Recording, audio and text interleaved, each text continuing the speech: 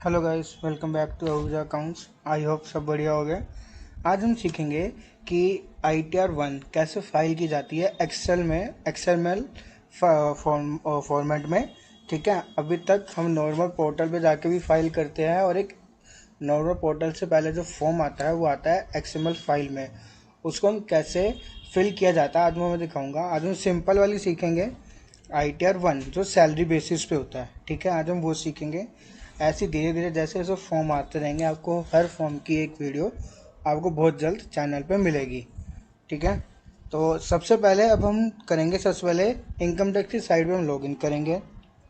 वहाँ से हम XML फाइल डाउनलोड करेंगे। ठीक है, जैसे भी हम डालते हैं सबसे पहले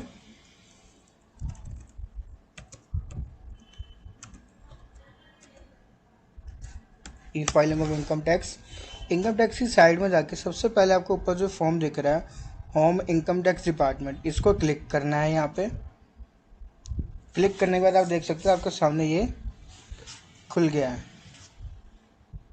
ठीक है, इस पे आपने लॉगिन करना था, लॉगिन कर लीजिए। रजिस्टर करना था, रजिस्टर कर लीजिए। नहीं तो आपको यहाँ पे डाउनलोड का एक ऑप्शन दिख रहा है, डाउनलोड पे जाइए।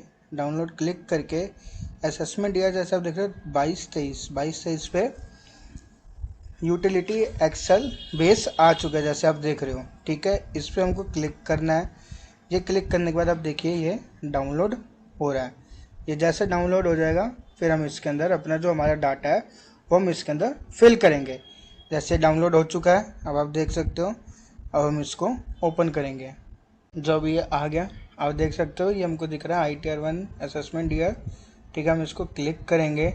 ये फोल्डर हमने ओपन किया, ये आप देख सकते हो हमारे पास एक एक्सेल फाइल ओपन हो जाएगी। हम इसको ओपन करेंगे तो एक्सेल फाइल होगी ये।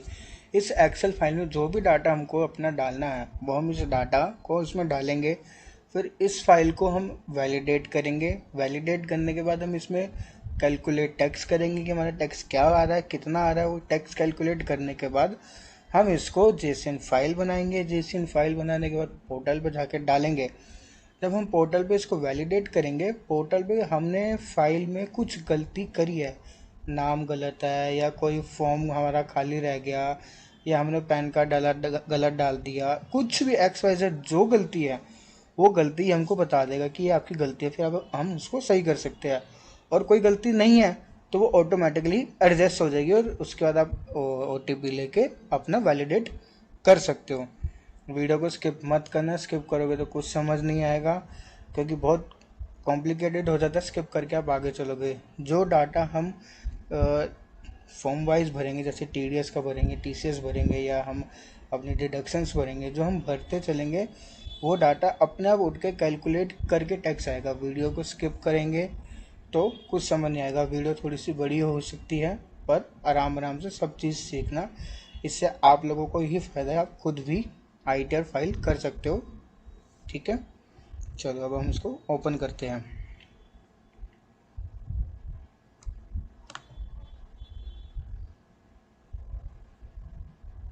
ठीक है, अब हमने जैसे एक्सेल डाउनलोड कर ली थी, अब हमने इसको ओपन करा। ओपन करने के बाद आपके सामने कुछ ऐसा सा ये फॉर्म खुल के आता है। ठीक है, अब हमको ये सब कुछ फाइल करना है और इसको वैलिडेट करना है। वैलिडेट करके इसको इंपोर्ट करके फाइल बना के हमको अपलोड करना है। ठीक है, अब हम इसको जैसे जैसे फाइल करेंगे वैसे वैसे मैं आपको सब कुछ इसको समझाता रहूँगा। आप देख सकते हो validate, next, calculate tax, import JSON, import file, JSON file, print और हेल्प, ये सब इसके अंदर फॉर्म दे रखे हैं। और अब नीचे देखेंगे TDS लिखा हुआ है, जैसे TDS है ये जो आपका TDS, जो आपका सैलरी वालों का TDS डिडक्ट होता है वो आता है। ठीक है, TCS जैसे बैंक वाले काटते हैं, या आपने कोई म्यूचुअल जैसे सुना गोल्ड वाले होते हैं उसमें इन्वेस्टमेंट करे तो TCS वो कटता है। ठीक है, एज पर टैक्स जो TCS कटा होता है या TDS कटा होता है वो हम डालते हैं तो यहाँ पे कैलकुलेट होके आता है। और IFSC कोड है, ये होता है बैंक, जिसके अंदर होता है कि आपको जो रिफंड आना है, जो हम बैंक डालते हैं, जो हमको हमारा TDS जिसका डिडक्ट हुआ होता है, जिसका रिफंड आना होता है, वो हम बैंक यहाँ पे डालते हैं। और हम इसमें इंटरेस्ट डालते हैं कि बैंक वाले हमको हर क्वार्टर पे, मतलब हर 3-3 महीने पे बैंक वाले सेविंग में इंटरेस्ट देते हैं। जैसे आप सबको पता है, जिसको नहीं पता वो आप देखना, हर 3 महीने पे आपको बैंक वाले इंटरेस्ट देते हैं। जैसे अप्रैल मई जून है, तो जून के लास्ट में, लास्ट डेट पे, या जुलाई के फर्स्ट डेट पे 1 तारीख को आपको इंटरेस्ट आपका क्रेडिट होता है। ठीक है, आप देख सकते हो अपनी बैंक स्टेटमेंट्स में। तो आपके जितने भी बैंक है, जिस पर्सन के हम ITR भरेंगे, जितने भी बैंक है, हमको वो डिटेल्स डालनी होती है, IFSC कोड डालना होता है। ठीक है, ये 80D की डिडक्शंस होती है, 80G की डिडक्शंस होती है, 80D GGCA की डिडक्शन होती है। जो भी है ये सब हम फाइल करेंगे। जैसे हमारे पास डाटा होगा हम फाइल करते चलेंगे, और उसके बाद इसको हम फाइल करेंगे। जो हम फाइल करते जाएंगे वो यहाँ पे अपने आप ऑटोमेटिकली आता रहेगा। ठीक है, ठीक है। अब हमारे पास हम इसको फाइल करते हैं। जो हमारे पास डाटा दे रखा है हमको पार्टी ने, हम उस हिसाब से, पार्टी के हिसाब से जो डाटा है हम उसको फाइल करते चलते हैं। जैसे फर्स्ट नेम है, ये जो नाम लिखेंगे हम, जो भी हम यहाँ पे डालेंगे डिटेल्स एज पर पैन डालना है, क्योंकि जैसे आप सब जानते हो आधार कार्ड और पैन कार्ड आज की डेट में लिंक होने चाहिए। जिसका लिंक नहीं है वो करा लीजिए, नहीं तो इस साल के बाद पेनल्टी भी लगेगी। 10,000 रुपये की पेनल्टी है अब तो, और 1,000 रुपये कराने का, लिंक करवाने के। पहले चार्जेस नहीं थे, अब गवर्नमेंट फीस है। जैसे उस पर्सन का नाम है, हमने नाम डाला यहाँ पे। ठीक है,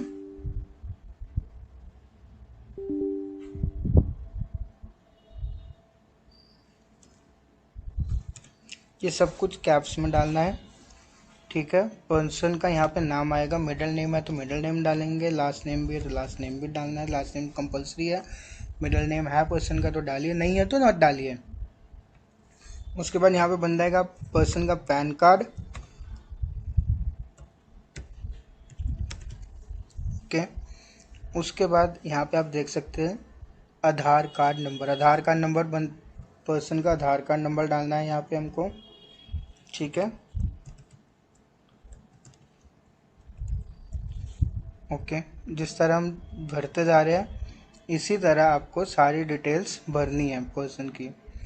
अब तो यहाँ पे पर्सन का एड्रेस डालना है, यहाँ पे डेट ऑफ बर्थ डालनी है, ये एरिया डालना है, पिन डालना है, स्टेट सेलेक्ट करनी है, पिन डालना है। ठीक है, और यहाँ पे नेचर सेलेक्ट करना है कि क्या है क्या नहीं है, गवर्नमेंट सर्वेंट है, स्टेट गवर्नमेंट है, पब्लिक सेक्टर है, क्या है, सब कुछ। ये सब चीज़ें पहले हमको, ये फर्स्ट पोर्शन है जो हमको कंप्लीट करना है। ठीक है, ठीक है। जैसे आपको मैंने बताया था, मैंने यहाँ पे उसका डाटा फिल कर दिया है।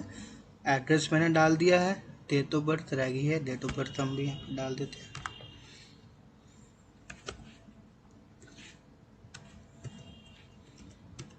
ठीक है, ये हमने डाल दिया।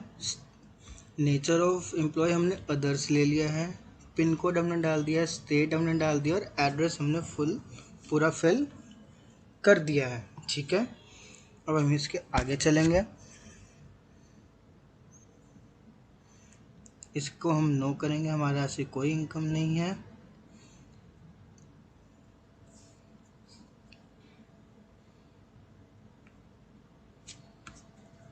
ठीक, अब हम आते हैं इस पे। ये हमारा मेन पार्ट है। जैसे जैसे हम इसको भरते चलेंगे वैसे वैसे हमारा इनकम टैक्स जो हमारी ITR है वो फाइल होती रहेगी पूरी।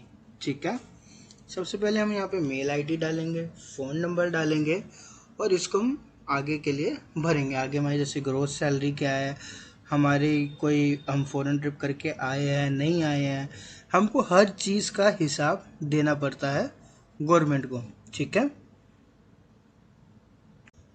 ठीक है। अब हम ये इसको आगे भरते हैं। जैसे मैंने आपको बताया, यहाँ पे ईमेल ID आएगा, फ़ोन नंबर आएगा, और अब यहाँ पे आएगा कि हम कौन सा फॉर्म फाइल कर रहे हैं, लेट कर रहे हैं, रिवाइज कर रहे हैं, डुप्लीकेट कर रहे हैं, या टाइम से पहले कर रहे हैं। ऑन और बिफोर ड्यू डेट, हम टाइम से पहले ही फाइल कर रहे हैं। ठीक है, तो हमने यहाँ पे सिलेक्ट कर लिया। उसके बाद इधर हमने कुछ नहीं डालना है। जैसे यहाँ पे हमको कोई ऑप्शन नहीं आ रहा है डालने का, तो हम यहाँ पे ऑप्शन कुछ नहीं डालेंगे। अब हम इसके नीचे चलेंगे। जैसे हमारी सैलरी एज पर सेक्शन 17(1), उसका मतलब हमारी ग्रोस सैलरी कितनी है। ठीक है, अब हम इस पे ग्रोस सैलरी डालेंगे अपनी। जैसे फॉर एग्जांपल इसमें हम ग्रोस सैलरी ले लेते हैं 4,00,000, 4,95,000। ठीक है, ये हमने 4,95,000 हमने इसकी सैलरी ले ली। ठीक है, ठीक है, अब हम एक काम करते हैं, इनकी सैलरी थोड़ी सी कम ले लेते हैं। हम इसको ले लेते हैं, हमको इस साल 5 लाख से अंदर दिखानी है। ठीक है, तो हम इनकी सैलरी ले लेते हैं 4 लाख रुपए। ठीक है, 4 लाख हमने इनकी सैलरी ले ली, बेसिक सैलरी होगी इनकी 4 लाख रुपए। जैसे आप देख सकते हो कि बेसिक सैलरी में क्या है, जितनी हमारी सैलरी हम डाल लिया, इसके ऊपर जो हमको डिडक्शंस करना है वो हम इसके ऊपर डिडक्शंस करते चलेंगे। ठीक है, ठीक है, अब हमने ग्रोस इनकम डाल लिया। अब ये है कि प्रॉफिट है, वैल्यू रिवैल्यूएशन सेक्शन 17(2). इसका मतलब होता है कि हमारी कुछ एक्स्ट्रा इनकम है, जो हमारे पास किराया आ रहा है, कि कोई मकान है हमारा, हमने उसको रेंट पे दे रखा है, उसकी इनकम आ रही है, तो वो भी हमको बताना पड़ता है कि हाँ भाई हमारी एक एक्स्ट्रा इनकम भी है इसके अलावा, तो वो हमको दिखाना पड़ता है। अभी इन पर्सन की कोई एक्स्ट्रा इनकम नहीं है। इसके बाद हम आगे चलते हैं। अब कंट्री से, अब हमको इसमें बताना है कि कंट्री के बाहर हम गए हैं, कुछ है हमारा वहाँ पे बेनिफिशियरी, हमने वहाँ पे कुछ इन्वेस्ट करा है, हम घूम के आए हैं, वो सब चीज़ें भी हमको बतानी पड़ती है कि हाँ हम गए थे तो इतना पैसा लगा, वो सब चीज़ें भी हमको इसमें बताना पड़ता है। इनका ऐसा कुछ नहीं है कि हाँ ये घूम के आए थे, नहीं आए, कुछ भी नहीं है। ठीक है, तो इधर भी हम यहाँ पे कुछ भी नहीं लेंगे, इसको हम सिलेक्ट करेंगे, हमारा कुछ भी नहीं है इनमें से, अलाउड डेट इनवॉइस ये वो XYZ हमारा कुछ भी नहीं है। इसमें हम जाके लेंगे पे टैक्स एम्प्लॉय, कुछ भी हमको ऐसा पे नहीं करना है, तो हम इसमें लेंगे एनी अदर करके, हम इसको NA कर देंगे। ठीक है, सेम एज ये वाला भी। हमको एक चीज़ का ध्यान रखना है, कोई भी फोल्डर हमको खाली नहीं छोड़ना है, हम खाली छोड़ेंगे तो ये हमारा आगे फिल नहीं रहेगा, तो हमको सारे फिल करने हैं। ठीक है, इस चीज़ का ध्यान रखना। उसके बाद हम आगे चलते हैं। ये देखिए, हमने 4 लाख रुपए के ऊपर इनकम दिखाई थी कि हमारी 4 लाख रुपए की इनकम है। ऑटोमेटिकली देखिए इसने डिडक्शन ले लिया अपने आप, PF की होगी, ESI PF VF 1.5 लाख तक की हम डिडक्शन हम ले सकते हैं। ऑटोमेटिकली इसने स्टैंडर्ड डिडक्शन 1 लाख रुपए की ले ली, 50,000 की इसने डिडक्शन ऑटोमेटिकली ले चुका है। स्टैंडर्ड, इसको कहते हैं स्टैंडर्ड डिडक्शंस। आप देख सकते हो ऊपर हमने 4 लाख की इनकम डाली थी, 3,50,000 रुपीज़ नीचे आ गया है। ये ऑटोमेटिकली ही डिडक्शन लिया है अपने आप सॉफ्टवेयर ने, क्योंकि 1.5 लाख तक की हम डिडक्शन ले सकते हैं, और आगे भी हमको डिडक्शन डालनी है लाख रुपए की, तो हम आगे वो ले सकते हैं। ठीक है, ठीक है, अब हम इसमें आगे बढ़ते हैं। स्टैंडर्ड डिडक्शन के बाद आप देखिए, अब यहाँ पे आ गए टाइप ऑफ हाउस प्रॉपर्टी। जैसे आपको मैंने ऊपर बताया कि हमारी कोई रेंट की इनकम है तो हमको ऊपर बताना पड़ता है। सरकार ने क्या कर रखा है, गवर्नमेंट ने हमारे के लिए एक ऐसा रूल बनाया हुआ है, इंडिया में है, बाहर ऐसा कोई रूल नहीं है, इंडिया में एक रूल है कि आपकी जो रेंट की इनकम है, एक तो आप जिस मकान में रह रहे हो वो नहीं, उसके अलावा आपके पास कोई मकान है, आपके नाम पे, एक पर्सन के नाम पे कोई मकान है और उससे इनकम आती है, मतलब रेंट की इनकम आती है, तो उस पर भी हमको डिडक्शन मिल जाता है 30% का, मतलब जो भी अमाउंट आ रहा है उसका 30%। ऐसा नहीं है कि अब एक पर्सन के 20 मकान है तो 20 के मिलेंगे, नहीं। एक पर्सन का, जैसे मेरा घर है और मेरे पास एक घर और है, और उससे मेरे को रेंट की इनकम आती है, उस पर मुझे 30% डिडक्शन मिल जाएगी। अब मैं एक घर में रह रहा हूँ और उसके बाद में मेरे पास 3 मकान है और तीनों मकान से मुझे रेंट आ रहा है, तो नहीं, मेरे को सिर्फ एक ही मकान की डिडक्शन मिल सकती है। अब वो कहोगे कि भाई एक की क्यों मिल सकती है, 3 की क्यों नहीं मिलेगी? सर, कुछ रूल्स होते हैं, कुछ डिडक्शंस का एक अमाउंट होता है। जैसे ये है कि 5 लाख तक कोई टैक्स नहीं है। अब इस साल से 7 लाख हो गया है, पिछले साल तक 5 था, इस लाख 7 लाख हो गया, तो उस हिसाब से हर चीज़ के एक डिडक्शन का एक पैनल डिसाइड है कि इतने इतने तक ही आप डिडक्ट कर सकते हो। अब एक मकान है किसी का, अब उसका रेंट आ रहा है तो वो ख़राब भी होगा, पेंट भी कराना पड़ेगा, कुछ ना कुछ उसके अंदर कमी भी आएगी, वो भी सही करानी पड़ेगी, तो इसलिए हमको एक मकान का डिडक्शन मिलता है। अब इस पर्सन का कोई भी डिडक्शन नहीं है ऐसा, तो हम इस चीज़ को भी हम खाली छोड़ देंगे, जीरो कर देंगे। ठीक है, ओके, और यहाँ से सेलेक्ट करेंगे सेल्फ ऑक्युपाइड, कुछ भी नहीं है। ओके, उसके बाद हम नीचे आएंगे। अब यहाँ पे आता है हमारी कोई नेचर की एक्स्ट्रा इनकम, मतलब एफडी है या XYZ, उसका इंटरेस्ट आ रहा है, या जैसे मैंने आपको बताया था कि बैंक वाले हर क्वार्टर पे ब्याज देते हैं, हर क्वार्टर पे हर 3 महीने पे आपको इंटरेस्ट मिलेगा वो। ठीक है, अब हमारी ये नेचर ऑफ इनकम। अब हमने आपको कहा ना कि 3 महीने पे बैंक ब्याज देता है हर क्वार्टर पे, तो हम यहाँ पे ले लेते हैं इंटरेस्ट फ्रॉम सेविंग बैंक। ठीक है, ये हमने इंटरेस्ट फ्रॉम सेविंग बैंक ले लिया। अब इसमें हमारा जितना भी इंटरेस्ट आया है वो कैलकुलेट करके डालना होता है। जैसे फॉर एग्जांपल इस पर्सन का जो इंटरेस्ट आया था वो हम ले लेते हैं 1223। ठीक है, ये फॉर एग्जांपल हमने ले लिया। तो देखो अब हमने नीचे डाला, ऑटोमेटिकली ऊपर आपके सामने यहाँ पे कैलकुलेट होके आ गया। ठीक है, मैंने वही कहा कि हम स्किप मत करना वीडियो को, जैसे स्किप करोगे कुछ भी समझ नहीं आएगा। अब हम इसके आगे बढ़ते हैं। अब हम कोई, जैसे मैंने आपको बताया कि हम बाहर तो गए नहीं थे, तो हमारी ऐसी कोई इनकम है नहीं, तो हमको इसमें कुछ भी इनकम नहीं डालना, वही हम 0 0 0 0 यहाँ पे हम करके चलेंगे। ठीक है, जो हमारे को कुछ नहीं है, जहाँ पे हमको कुछ नहीं करना है उधर हमको सिर्फ 0 एंटर फाइल करना है। हम 0 एंटर नहीं फाइल करेंगे तो ये आगे जब हम सेव करेंगे वो सेव नहीं होती है। ये सारी डिडक्शन से आप देख सकते हो, यूनाइटेड किंगडम ऑफ कनाडा या अमेरिका, हम जो बाहर घूम के आए तो उसके ऊपर टैक्स होता है, कुछ हमने पे करा है या वहाँ से हमने कुछ खरीदा है, वो सब चीज़ें इसके अंदर आती है। ठीक है, अब यहाँ पे देखिए, यहाँ पे लिखा आ रहा है gross total grant 1 + 2 + 3 if you loss put the figure in negatively. अब इसका मतलब देखिए, ऊपर हमने 4 लाख रुपए डाला था, उसके 50,000 की डिडक्शन होगी, आपने ऑटोमेटिकली देखा 50,000 रुपये इसकी डिडक्शन होगी। उसके बाद हमने एक्स्ट्रा इनकम जो हमारा ब्याज आया वो हमारी इनकम ही हुई ना, हमने पैसा बैंक में सेव किया, उसके ऊपर बैंक ने हमको ब्याज दिया, वो पैसा हमने तो यूज़ नहीं करा वो बैंक ने उसके ऊपर हमको ब्याज दिया। कितना? 1223, 3,50,000 के अंदर, मतलब 3,50,000 के अंदर ये अमाउंट प्लस हो गया 1223, और प्लस होके नीचे आ गया, क्या अमाउंट हो गया? 351,223। ठीक है, अब ये हमारी इनकम होगी इस समय। अब ये जो पार्ट है ये हमारी डिडक्शंस का है, हमारी मेडिक्लेम हो गया या हमारा पीएफ हो गया, यहाँ पे हम कुछ भी फाइल नहीं करेंगे, हम इसको करेंगे नेक्स्ट, जैसा भी आपको मैं बताया था 80D में जाके। अब इसको हम स्क्रॉल डाउन करते हैं और नीचे जो हमको फाइल फिल करना है वो हम फिल करके हम आगे बढ़ेंगे। ये सब चीज़ें हम जब आगे फाइल करेंगे ऑटोमेटिकली अपने आप यहाँ पे फाइल हो जाएंगी ये सब चीज़ें।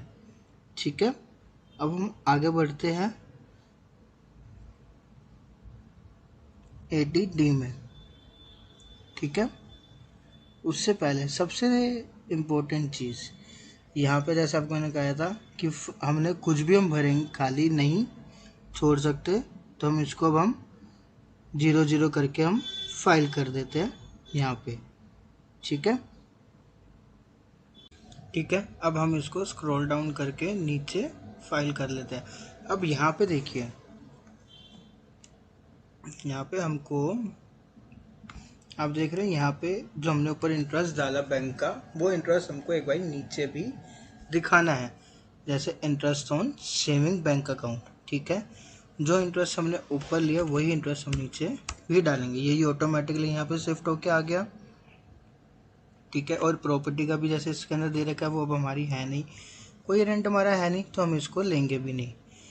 इसके बाद यहाँ पे आएंगे हम, एग्जम्प्ट इनकम हमारी कुछ भी नहीं है, इसको भी हमने नील करके दिखा देना और NA यहाँ पे लिख देना है, सेम एज इधर हमने करना है। कोई भी पार्ट हमको ब्लैंक नहीं छोड़ना है, ब्लैंक छोड़ते हैं तो ये फाइल नहीं लेता है आगे। ठीक है, उसके बाद अब हम चलेंगे TDS। ठीक है,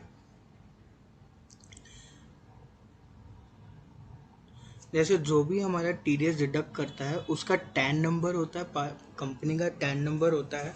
जो कंपनी हमारा TDS डिडक्ट करती है वो टैन नंबर इधर आएगा, नेम ऑफ डिडक्टर कदम किस सेक्शन में कटा है और कितना कटा है। इनका कोई भी डिडक्शन नहीं है, कोई TDS नहीं है। TDS दिखता कहाँ पे है? TDS देता है 26 AS में। मैं इनकम टैक्स पे एक वीडियो बना चुका हूँ पहले ही, आप उधर जाके देखिए, मैंने उसमें दिखाया है कि 26 AS कहाँ पे होता है। अब यहाँ पे कुछ भी नहीं है तो हम यहाँ पे नहीं लेंगे, फिर भी मैं आपको दिखा देता हूँ। जो भी पार्टी का टैन नंबर होता है यहाँ डल जाता है, डिडक्शन नेम डल जाती है और अमाउंट डल के यहाँ पे कैलकुलेट टैक्स हो जाता है, तो वैलिडेट हो जाता है। सेम एज TCS है, TCS भी इनका नहीं है। TCS भी क्या होता है? 26 AS में ही दिखता है। TCS की वीडियो अलग से नहीं बनी हुई है। 26 AS जब हम डाउनलोड करते हैं, जो भी हमारी डिडक्शंस होती है, एक साइड हमारा TDS लिखा होता है और एक साइड हमारा TCS लिखा होता है। जो भी हमारी डिडक्शंस होती है वो हमको दिख जाती है। TCS डिडक्ट होता है तो हम TCS भी इसके अंदर डालते हैं। TCS नॉर्मल वैसे बैंक वाले काटते हैं या लोन का करता है, पर एक TCS करता है, कंपनी भी काटती है। वो कंपनी की टर्नओवर होनी चाहिए 500 करोड़ से ऊपर। जिस कंपनी की 500 करोड़ से ऊपर की टर्नओवर होती है वो बिल पे TCS भी डिडक्ट कर सकती है।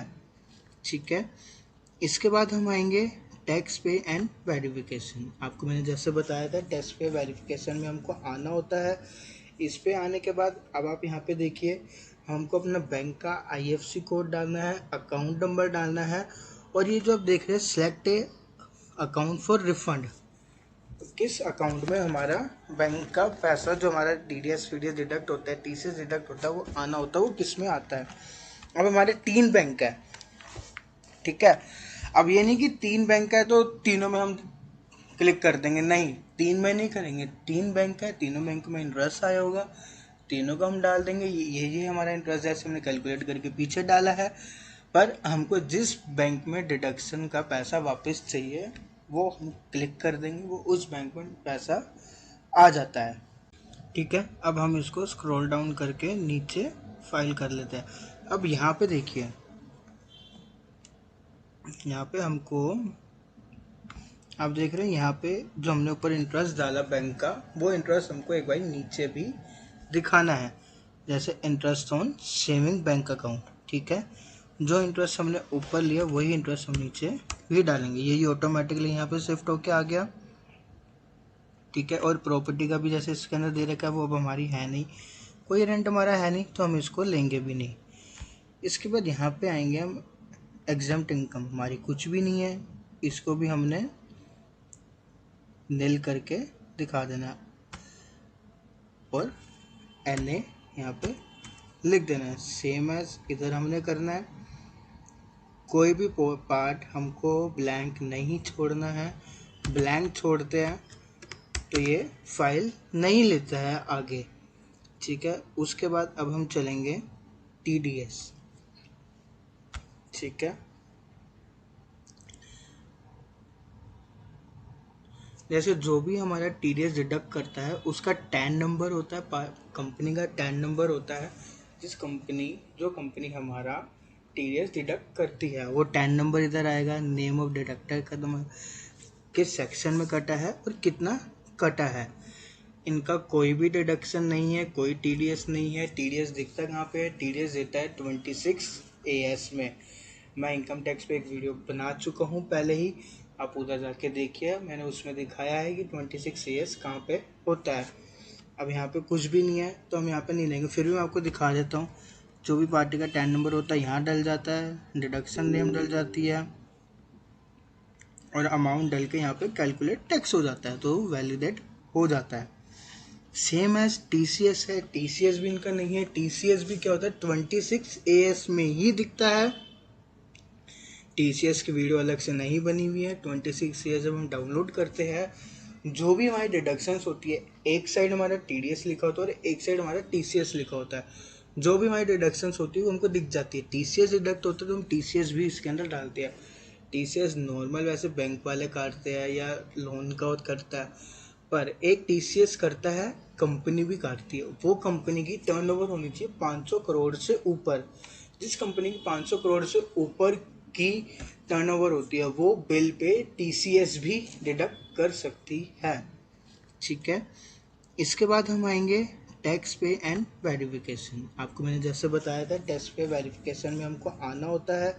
इस पे आने के बाद अब आप यहाँ पे देखिए, हमको अपना बैंक का आईएफएससी कोड डालना है, अकाउंट नंबर डालना है, और ये जो आप देख रहे हैं select A account for refund, किस अकाउंट में हमारा बैंक का पैसा जो हमारा डीडीएस फीडीएस डिडक्ट होता है, टीसीएस डिडक्ट होता है, वो आना होता है, वो किस में आता है। अब हमारे 3 बैंक है, ठीक है। अब ये नहीं कि 3 बैंक है तो तीनों में हम क्लिक कर देंगे, नहीं 3 में नहीं करेंगे। 3 बैंक है, तीनों बैंक में इंटरेस्ट आया होगा, तीनों को हम डाल देंगे। ये हमारा इंटरेस्ट जैसे हमने कैलकुलेट करके पीछे डाला है, पर हमको जिस बैंक में डिडक्शन का पैसा वापस चाहिए वो हम क्लिक कर देंगे, वो उस बैंक में पैसा आ जाता है। ठीक है, अब यहाँ पे हमारा ATCD का है कि भाई हमारा कुछ वो है सेल्फ फैमिली का है, या हमारे पे जो खर्चा होगा या होने वाला है। हम इसमें क्या होता है कि 5 से 10 हज़ार तक एग्जाम्पशन लेके चल सकते हैं कि हमारा दोनों कि हमारे पे खर्चा हुआ, ठीक है, इस साल, और अब अगले 5 साल अगले साल हमको इतना उम्मीद है कि हमारे पे इतना हो सकता है। ठीक है, तो अब हम जैसे हम ले लेते हैं यहाँ पे 5000 रुपीज़ के हम इसकी डिडक्शन लेंगे। ठीक है, हमने ले लिया प्रीमियम हेल्थ चेकअप पे। ठीक है, 5000 हमने यहाँ डाल दिया। आप देख सकते हो यहाँ पे जैसे कैलकुलेट हो गया 5000 ये और 5000 ऊपर, टोटल हो गया 10,000 रुपये। कि हमारे 5000 हमारे पेरेंट्स का हो गया, या हमारे पे जो हमारा खर्चा हुआ, हमने दवाई लिया XYZ जो हमारे उससे हुआ, तो ये हमने एक एग्जाम्पशन हमने यहाँ पे ले लिया। सेम एज हम अभी जैसे फर्स्ट पेज पे हम सारी चीज़ें फिल कर रहे थे इनकम डिटेल्स में, उसमें हम एक एजम्पशन लेंगे कि एजम्पशन क्या, जितना हमारा इस साल खर्चा हुआ, मतलब हमने अपने ऊपर हमारी जो मेडिकल आई तो हमारी फैमिली का हो गया, जो हमने अपनी फैमिली की इंश्योरेंस करा रखी है या पॉलिसी करा रखी है, जो भी XYZ है हमारे अकाउंट से गई है, चाहे हमारी या फैमिली की, उसकी डिडक्शन हम इसमें डाल सकते हैं।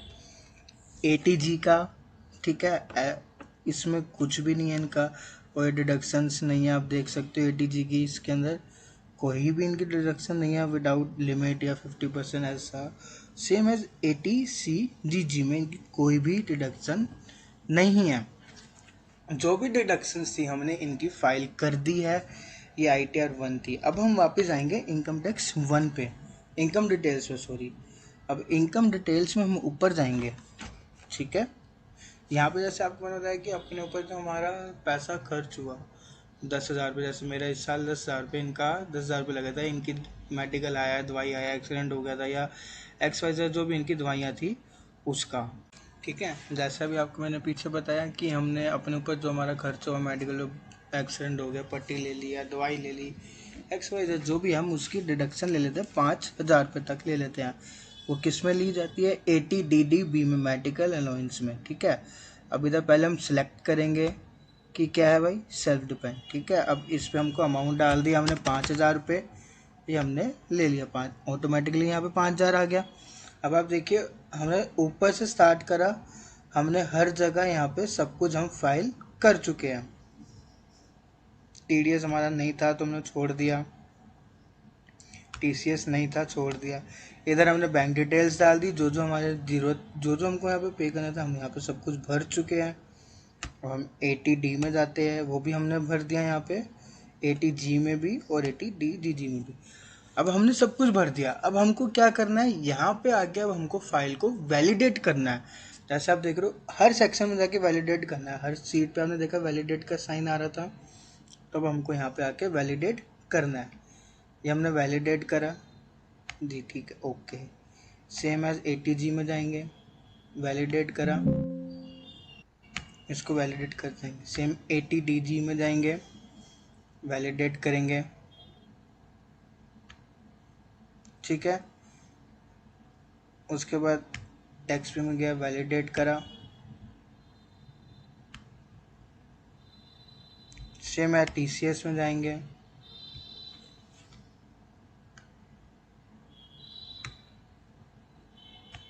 इसको वैलिडेट करेंगे और वापस हम लास्ट इनकम टैक्स वाले में आके भी हम इसको वैलिडेट करेंगे। ठीक है,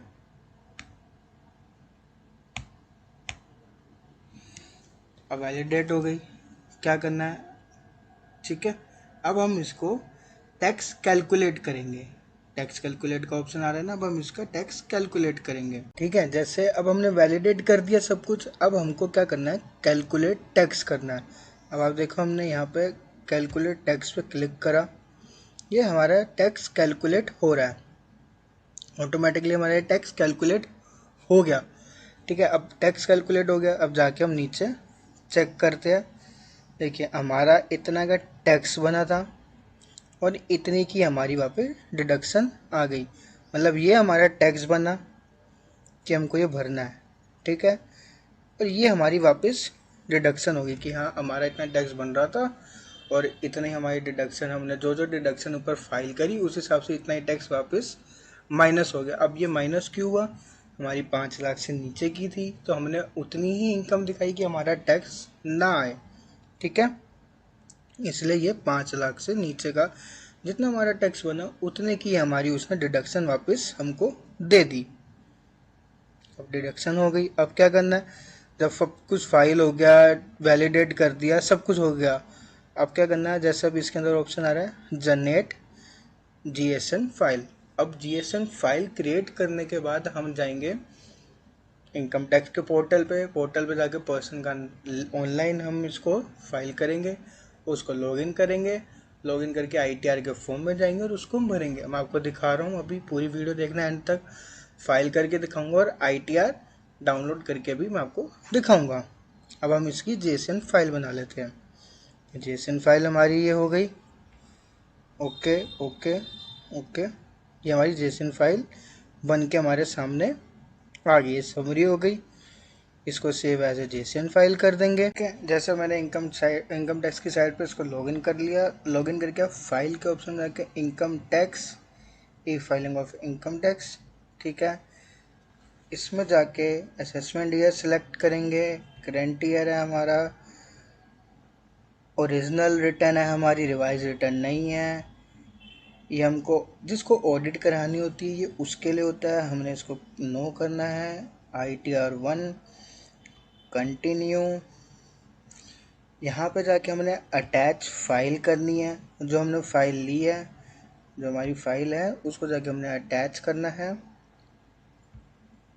ठीक है, फाइल को हम अटैच कर देंगे यहाँ पे आके, ये हमारी ITR की फाइल है, इसको ओपन करेंगे, हमने इसको अटैच कर देना है। ठीक है, अटैच करके इधर प्रोसेस टू वेरिफिकेशन करके हम इसको छोड़ देंगे, ये वेरीफाई हो जाएगी और उसका ऑटोमेटिकली जनरेट हो जाएगी। ठीक है, जनरेट होने के बाद हम उसको डाउनलोड, क्या फाइल होती हमने अपनी हमारी ITR अब ऑटोमेटिकली डाउनलोड होगी। ऑटोमेटिकली डाउनलोड होने के बाद देखिए जो हमारे रिफंड आ रहा था, जीरो आ रहा था ना, 4500 टैक्स आया, 4500 रिफंड हो गया, हमको डिबेट मिल गई, तो वो हो गया जीरो। 3,40,000 इनकी इनकम आई है टोटल, सारी डिडक्शन लेने के बाद। आप देख सकते हो ये हमारी ITR आ गई और ये हमारा फॉर्म आ गया, जहाँ से अब जो जो हमने डिडक्शन की थी दोनों एक साथ डाउनलोड होते हैं। 4 लाख की वो ली थी हमने, 50,000 डिडक्शन आ गई, ये हमारा इनपुट जो हमने बैंक में ब्याज लिया था, ये सब चीज़ें हमारी ये एक तरह से कंप्यूटेशन हो जाती, फॉर्म आ गया ये हमारा, और ये हमारी ITR हो गई। ठीक है, आई होप सबको वीडियो अच्छी लगी होगी। लाइक करना, सब्सक्राइब करना, नए हो चैनल पे सब्सक्राइब करके ज़रूर जाना और लाइक शेयर ज़रूर करना, और नेक्स्ट वीडियो ज़रूर बताना किस टॉपिक पे चाहिए, ये वीडियो कैसी लगी ये बताना। Thank you very much.